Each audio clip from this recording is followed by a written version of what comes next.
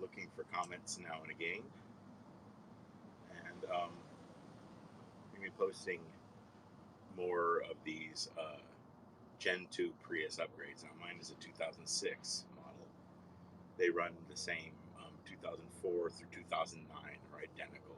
All the parts are interchangeable between all those models.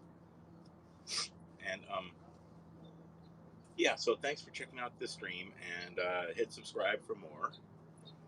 And if you're checking out in arrears and checking out as a recording, thank you for that too. And hit subscribe. Subscribe. Not sure where the button is. So yeah, I'm sitting here and I thought I'd talk a little bit about the scenario that puts us here where we are today, and that is needing the new big battery, or the high voltage. It's called a bunch of things. It's called the traction battery, or the hybrid battery, or the big battery. The when I ordered the part from Toyota, it was technically the high voltage battery. And it was really easy to find. If you want to find it, I just Googled Prius 2006 Prius high voltage battery, and it pulled, shopping, and it showed all the dealerships. Now these things change in price. This is the new one right here. It comes in a bunch of packaging. I'll show you that in a moment. And I'm going to go over, I'm going to show you the car, and I'm going to show you the batteries, and then I'm going to go through and I'm going to actually swap out the parts that didn't come in the new battery. So the new battery arrives, and there goes some of the parts now. I mean, the box. It's a huge container that Toyota really wants to get back, and they will with the old battery in it. So my car's a 2006. That makes it like 16 years old now, because it was technically built in 2005. And it's 15 or 16 years old now. And the battery is, these things, it's lasted a long time. They last quite a while. They last a good 10 years. Now, when I bought my first Gen 2 Prius, I bought it in 2003. It was the 2004. I was one of the first people in California with this model Prius back in the day. And so I watched it go from some magical, mystical vehicle that people actually would come toward it in a parking lot. If I went to the supermarket, people would come approach me and ask me about the car. And the technology was real high end. It still is. This old car still has most of the technological stuff that a new car has.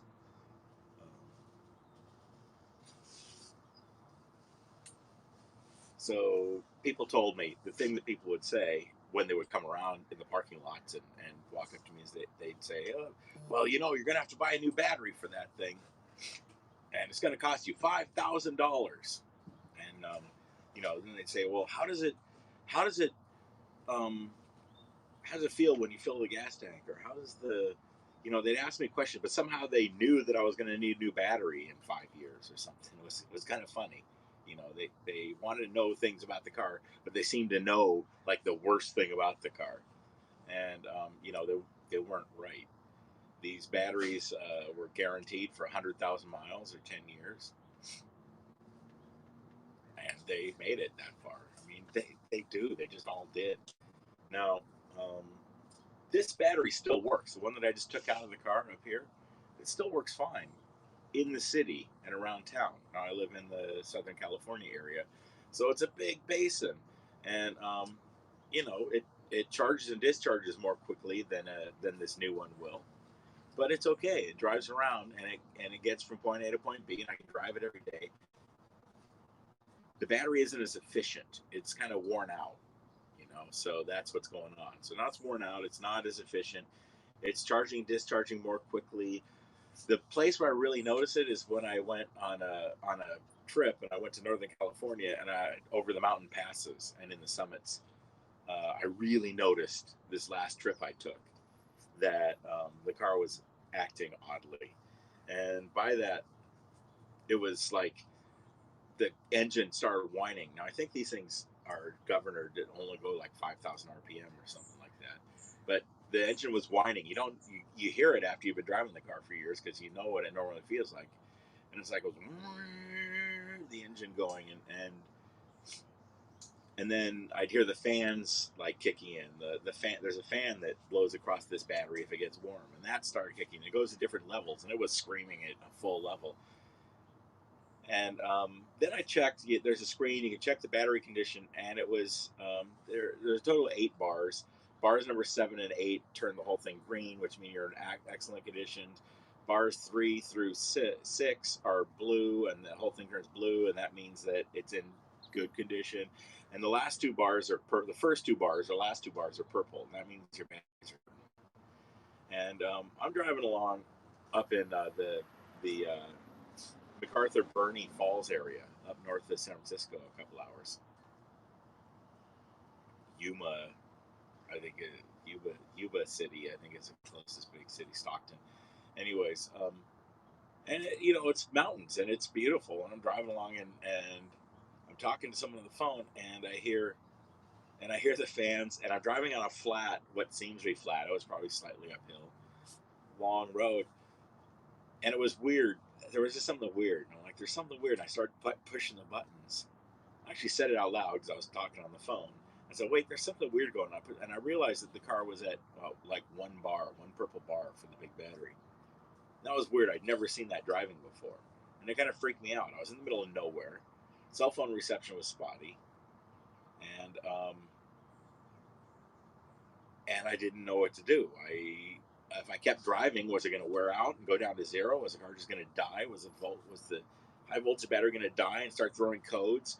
The further I drove, the further I got away from like Stockton to San Francisco. But then I started to realize I was like on a parallel road, and no matter which way I drove, I was still going to be further away from. It didn't matter. So I'm like in logging road land. In fact, I was looking for logging roads because I'll show you the car has big tires and a lift on it. So. Anyhow, it was weird, and it was the first time ever since 2003 driving these cars that I felt like things might go wrong, and it was unsettling. It's like what I used to feel like when I used to have, when I was a kid, and cars always went wrong. We had cars from the 60s and stuff. I digress. So I've learned in the meantime, by the way, that how to charge the hybrid battery when you're standing still. And had I known that information at the time, now here's the thing. As I drove along, I got off the phone. That was the packaging again for the battery. It just shifted again and it fell over. So yeah, wait till I show it to you. It's big packaging. So yeah, I'm like, okay, now I know how to charge the battery, and I would have pulled over and charged the battery and been working from a position of power again. So good for me. Now I know. Oh, I was going to say, but the cell phone cut out while I was talking and saying, oh my God, the fan's getting weird. And then the cell phone cut out because there was spotty coverage and there was no coverage anymore. So now, fast forward a few minutes, I'm thinking this through. I'm thinking, okay, how can I charge the battery sitting still? And I start looking up, and I can't.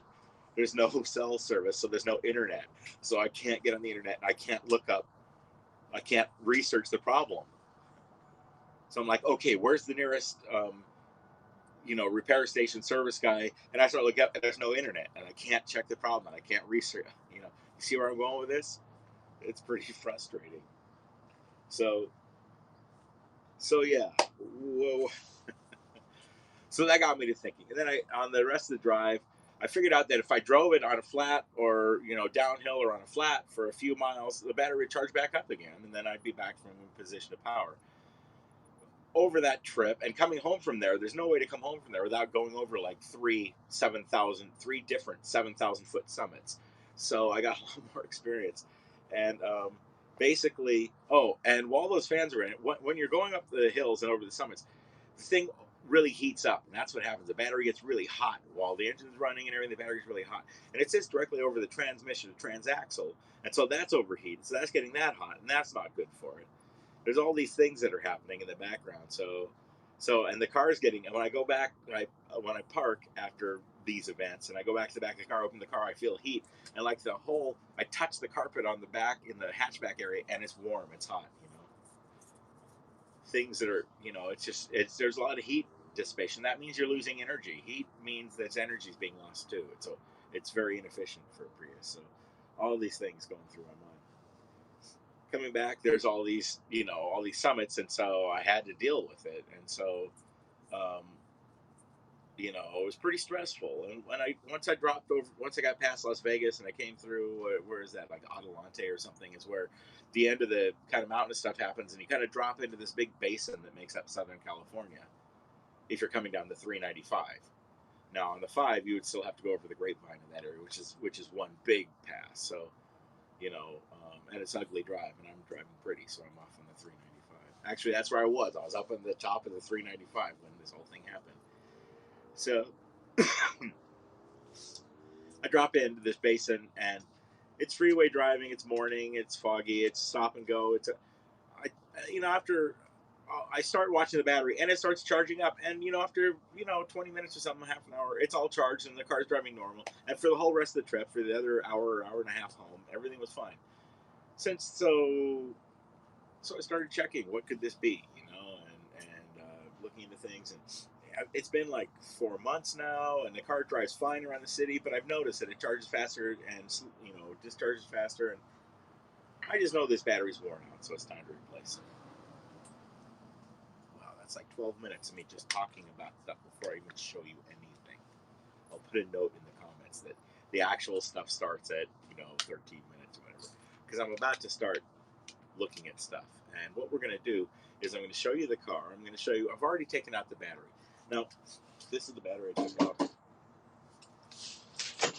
I have it up on the stand because I'm going to have to be working on this, and that's what we're going to show. I got to take this part off. This is where the CPU unit. There's resistors. This is kind of an end unit that bolts onto the end of the new battery, and there's something on the other end that also gets bolted onto the new battery. And there really aren't any instructions. Now, when I looked this up online beforehand, people said, "Oh, the instructions it comes with are great. You're going to be able to figure out." They're not. It came with 2 pieces of paper. One of them says that it wants me to certify and put down my certified Toyota technician number.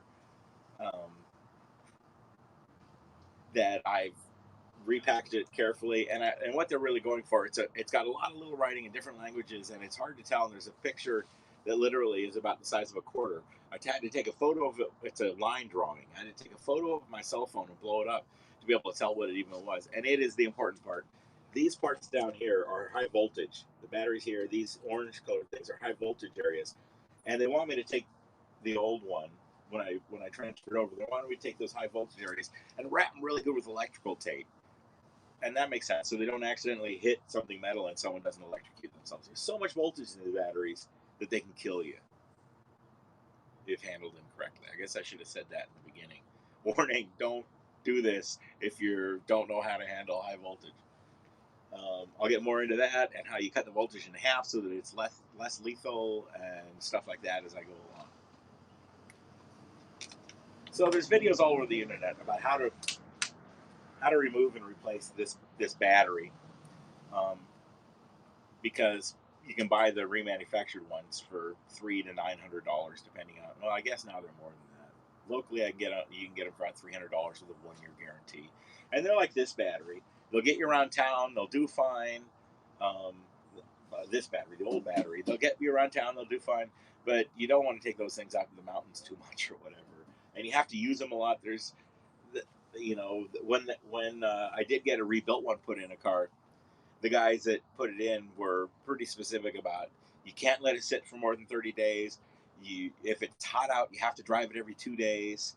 If it's, there were all these rules that had to do with keeping the battery alive. They're remanufactured, the one they just kind of reconditioned. Now this is a brand new battery from Toyota.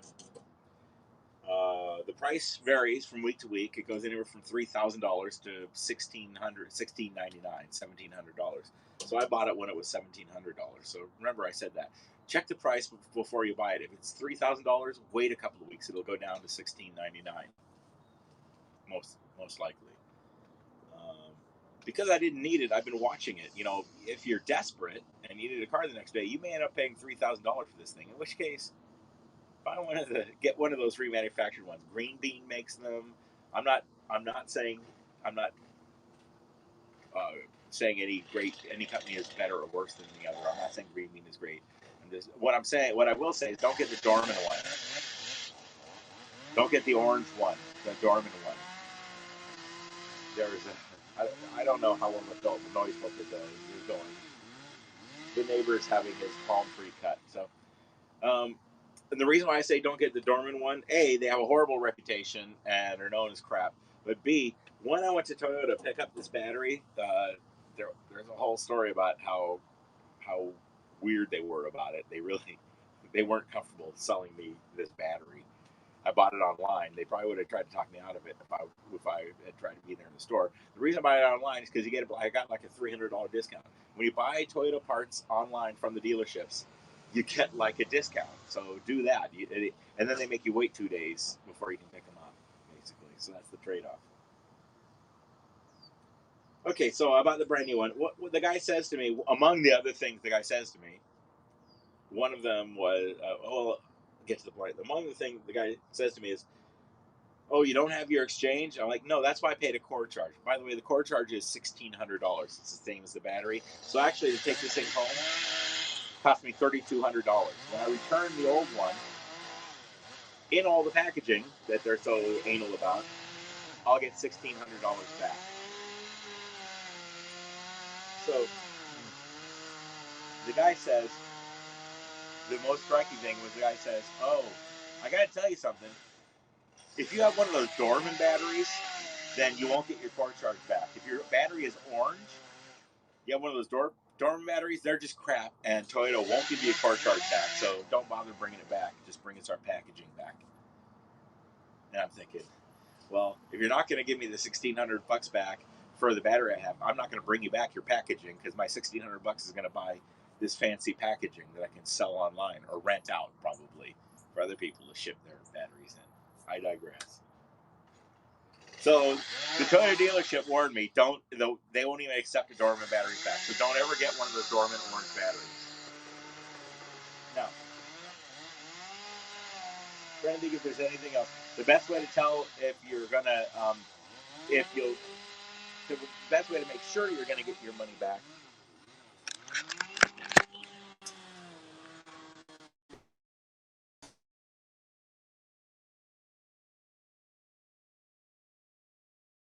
Old battery, it certainly does have that information on it. So let's cruise around and take a look at this battery, shall we? I'm going to flip the camera. I flip it back again. Okay, while we're on this side of the battery, this is the piece, this venting assembly that'll need to be moved to the new battery on this side. Oh, packaging. Here's the packaging, folks. That's some of the packaging.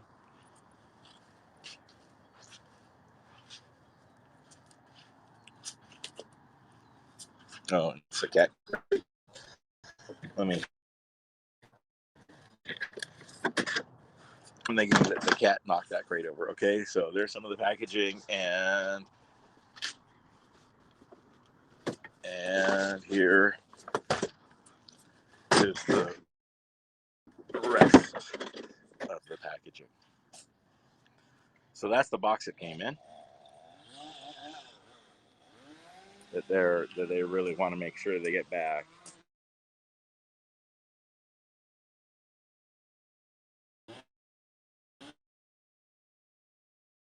Man, this connection sure changes, doesn't it? So there's the packaging they want to make sure they get back.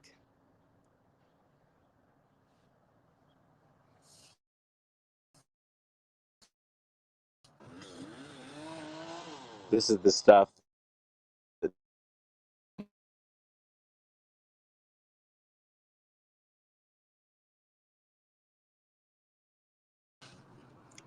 Here's the inside of the car.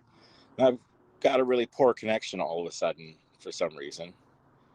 And I've learned that the video sucks when that happens. So I'm going to try to find a, this is really weird. They're good. Now, this is really weird because I moved like literally 3 feet. No, not even 3 feet, 1.5 feet in my driveway. Ugh. So, okay. Here's the inside of the car with the part removed.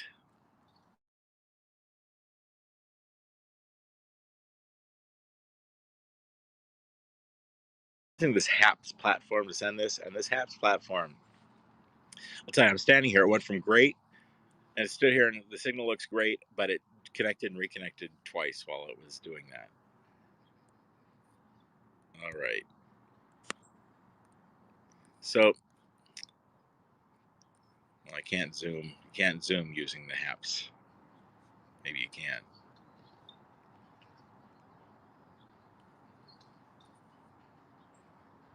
No. Okay. Still figuring out this platform. So here's the inside of the car. There's a lot of videos on YouTube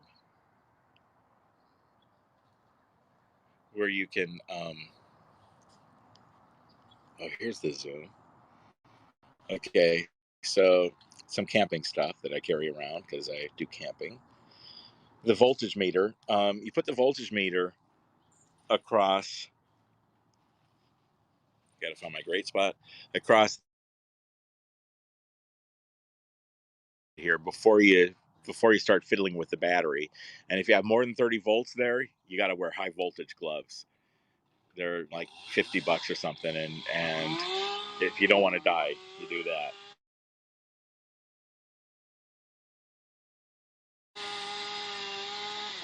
All right, so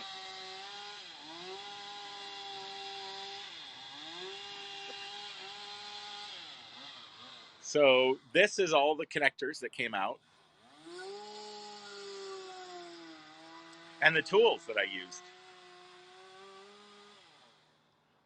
I'm gonna live dangerously, take a step forward, see if I can keep great connection. Yes, I can. Ay caramba. Okay, I'm gonna assume that you guys can hear that chainsaw, and I'm gonna kind of talk around that. Okay, so here's the tools and all of the stuff that I needed. It's not very much, is it? I used this 10 millimeter ratcheting box end, but an open end wrench would work. Uh, an extension that long, I used two together because my long extension fell down that crack, and my long socket extension is down there. I'm gonna have to take the seat out to be able to get to it. There's no other way in. Okay, so I had to put two together. This magnet to try to fish out the long extension, and these are the fasteners that I use. The diagonal pliers are good for pulling these connectors out. And there's a couple of those connecting here. Let me show you these are the parts that came out of the car. So going through those plastic connectors. Here's one. You buy these in bulk. I order these off eBay or something like that. I recommend replacing all these kind of plastic connectors whenever you replace something in your car. This is the fan that blows air across the high voltage battery. Okay, it goes right up inside of here. It connects to, it goes right there. It connects to that ducting that's in place. And now I cleaned this out about 3 years ago, and look what I found. I was surprised. I thought it was going to be very clean. I actually found this. Look, I washed it, I blew it out, and that has accumulated. Where does that come from? Oh my Lord. Okay, we're going to put this over here with the tools. Okay. I just I saw that when I disconnected that this morning. Otherwise, it's still pretty clean. You want to make sure to clean this blower out. A couple of ways to do it. The easiest way is to take like a gar blower, a turbine gar nozzle over here, and you blow it, and out will come so much dirt you can't believe it. Last time I disassembled it, I took the motor off, cleaned it out, took those screws out there, and I washed it and put it back together. That is what keeps your battery cool when you're going up and over hills and mountains, when it's overheating. On super hot days, you'll hear it come on. Um, you have to remove the interior panel here. You have to take the cover off of the sill, then you remove, then you can get down to it.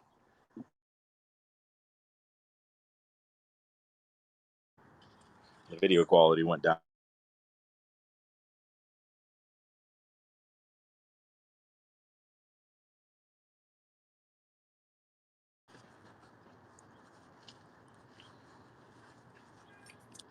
Backed up literally 18 inches. And it's great. Here comes Georgie. Georgie likes to help me when I work on stuff. Hey, buddy. Who's a good boy? Who's a good boy? Okay. Georgie's going to inspect while I go along. Okay, the battery itself sits in here. It sits right about here, goes across. These are the connectors that clip into that part that I'm going to have to move over. There's the high voltage cables. As I disconnected them, I put insulating tape. That's duct tape. You can use electrical tape. I wanted a big wide piece of tape that I wouldn't miss.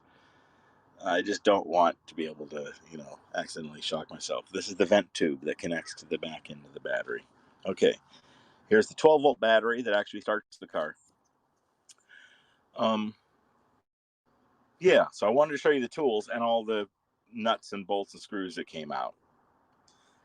And while you're in here, that's how you disconnect and take out the rear seat if you want to build a platform back in here for camping and sleeping. Okay. Might as well show the connectors for the fan. This is one connector. There's this guy here. There's this guy here, and there's this one here, and those all come off that blower fan unit. Okay.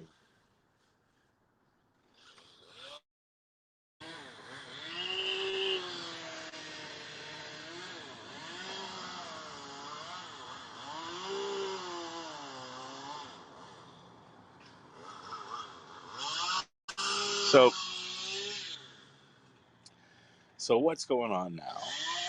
I'm messing with this HAPS platform. I'm going to have to edit this before I can use it on any real use anywhere, including getting rid of that sound.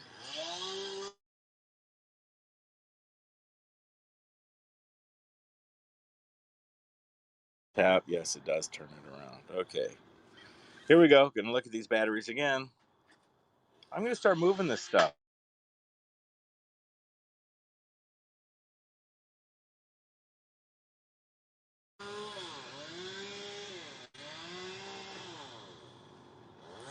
And the best way to do that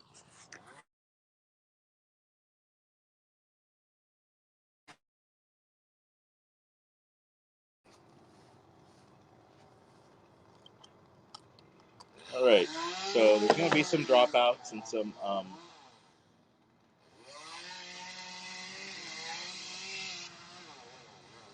just kind of taking a look here to make sure that I've got everything in frame that needs to be in frame.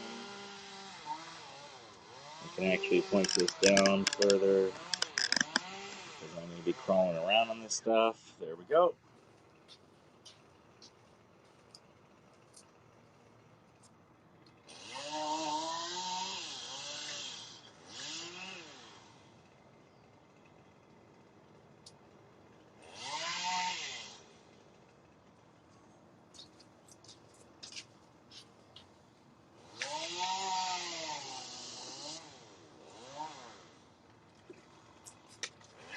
Okay.